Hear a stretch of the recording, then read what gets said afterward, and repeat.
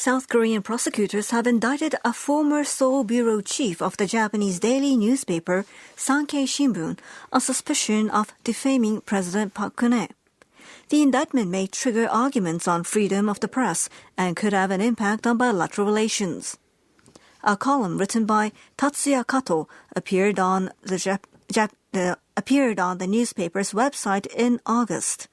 The column quoted South Korean newspapers and other sources as reporting rumors about a relationship between Park and a man.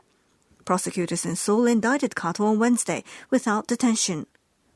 They said the column's content runs counter to facts and has defamed the president. They also said the former bureau chief has shown no signs of remorse or intention of apologizing.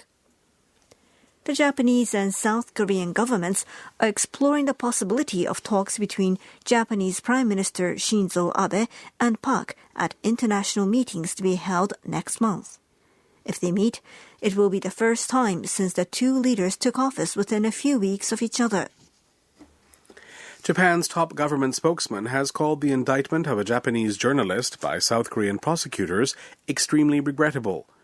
Chief Cabinet Secretary Yoshihide Suga said on Thursday that his government has repeatedly conveyed its concern from the viewpoint of media freedom and bilateral relations. He said Japan has urged Seoul to deal with the matter prudently. Suga said he is aware that some media and other organizations inside and outside Japan have voiced concern about the impact of the case on media freedom.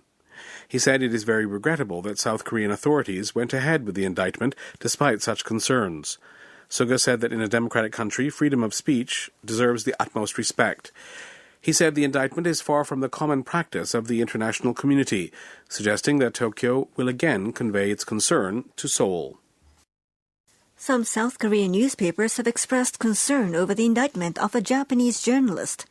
Many have until now refrained from commenting on the decision to prosecute the former Seoul bureau chief of the Japanese daily newspaper Sankei Shimbun.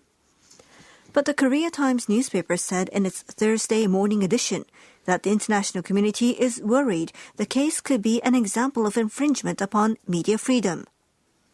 The newspaper referred to reports that the content of the Sankei article was similar to one in the South Korean daily Chosun Ilbo. It said picking on the Japanese paper could raise questions about impartiality.